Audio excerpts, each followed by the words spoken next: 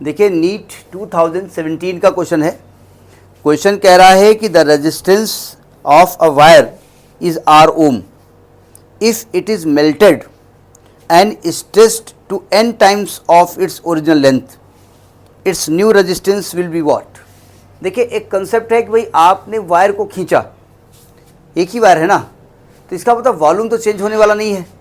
तो मैंने कहा देखो शुरुआत में जो इनिशियल इसका रेजिस्टेंस था R था, इनिशियल लेंथ जो थी उसकी L थी, initial area of cross section इसका A था, ठीक है। फाइनली कितना रेजिस्टेंस है हमको नहीं मालूम, और फाइनली जो लेंथ हो गई है वो हो गई है n times of its original length. मतलब जो L2 है वो NL1 है यानी NL है। तो आपको पहले A2 निकालना पड़ेगा ना, भाई एरिया कितना होगा।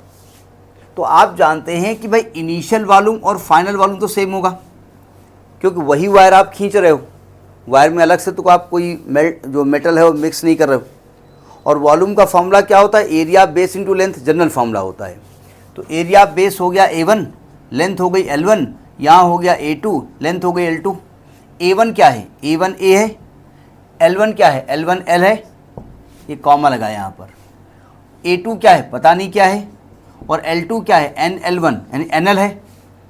जब आप A2 की वैल्यू निकालोगे तो आएगा A into L upon N into L, L cut गया A अपान N, यानी A2 की वैल्यू आ गई A अपान N। सही समझे भाई, सिंपल सी बात है। अगर आप तार की लंबाई बढ़ाओगे तो तार पतला होने लगेगा ना, तो जितने गुना आप लंबाई बढ़ाते हो उतने ही टाइम्स उसका एरिया कम हो जाता है। आपने अगर n टाइम्स बढ़ाया है तो 1 अपान n टाइम्स एरिया कम हो जाएगा, ठीक है। अच्छा, रेजिस्टेंस का फार्मूला हमने जो जनरल पढ़ा है वो पढ़ा है R is equal to rho L by A, यही पढ़ा है ना आपने। तो जब हम बात करेंगे R1 की तो लिखेंगे रो L1 बाई A1, और बात करेंगे जब R2 की तो आएगा रो L2 बाई A2। अच्छा, रो भी अलग अलग होगा सेम होगा।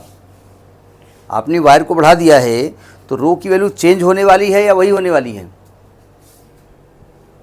वही होगा ना, क्योंकि रो जो होता है वो property of the material of conductor होता है। तो आप जब R1 अपान R2 करोगे तो आएगा रो, यहाँ आएगा L1 अपान में आएगा A1, यहाँ आएगा रो, यहाँ आएगा L2, और अपान वाली चीज़ ऊपर जाएगी। अब वैल्यू रख दो, रो कट गया, L1 का मान कितना L है, A2 का मान कितना है A अपान N है, A1 का मान क्या है A, L2 का मान क्या है NL है। तो L कट गया, L कट गया, A कट गया, A कट गया, तो 1 अपान N स्क्वायर आ गया ना। तो जब यहाँ लिखेंगे R1 upon R2 is equal to 1 upon N square, तो R2 की वैल्यू आ जाएगी R1 अपान N स्क्वायर। R1 R है यानी R अपान N स्क्वायर आएगा। समझ में आई बात नहीं आई। अब एक फार्मूला गलत कर गए क्या हम, एक मिनट, अरे क्या कर रहा हूँ भाई, मैथमेटिक्स कौन सी लगा रहा हूँ, मैथमेटिक्स क्या लगा रहा हूँ भाई। क्रॉस मल्टीप्लाई करेंगे तो R2 बराबर N स्क्वायर R1 आएगा, यानी N स्क्वायर R आएगा, ठीक है। अब एक बात ध्यान रखिएगा, अगर लेंथ बढ़ाओगे तो रेजिस्टेंस बढ़ने वाला है घटने वाला है, बढ़ने वाला है ना।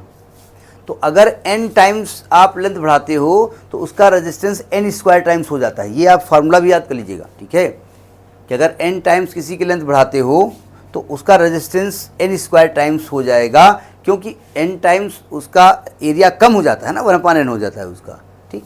तो ये आपका नीट 2017 क्वेश्चन है, नोट करिए।